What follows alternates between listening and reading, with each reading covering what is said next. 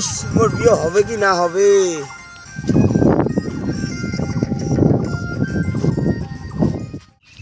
এই বাসতে আরে এটি তোমরা কি করি ধরছেন মানা দুপুরে একলা কি ব্যাপার? কি আর করবেন কাকা, দুঃখের বিষয়। বিয়েরও বয়স পার হয়ে যায়, বিয়েও হয় না, চিংড়িও পাওয়া যায় না। চিংড়িদের লোক তো খালি চাকরিদার ব্যবসায়ী লোক চাকরা খোঁজে।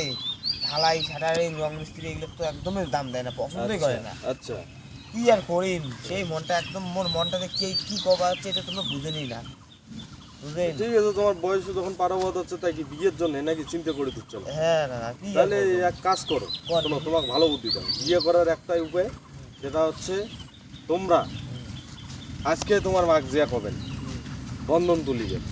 প্রথম লোন 35,000 টাকা দিবে, হ্যাঁ, আর 35,000 টাকা যখন দিবে হ্যাঁ, ওই 35,000 টাকা দিয়া তোমরা কিনবেন হচ্ছে কদম কাঠ আর কিছু খোকসার গাছ। হ্যাঁ, খোকসার গাছের দাম কম, কদম কাঠের দাম কম। হ্যাঁ, কাঠ কেনার পরে তারপরে ঘটকক খবর দিবেন, ঘটকক খবর দিবেন। আর কাঠগুলো কেনার পরে বাড়ির সামনে একবারে সবগুলো ফেলে দেবেন, বড় বড় ডুব, ঠিক আছে? আর তোমার কোনো বন্ধুর সাথে যোগাযোগ রাখবেন যে যেদিনকে ঘটক একটা খবর নিয়ে আসবে, তোমরা খালি বারবার ফোন করবেন, বারবার ফোন করবেন। কবেন যে ইয়া ঘটক কবেন যে এই কাঠের ব্যবসা আমি করি, ঠিক আছে?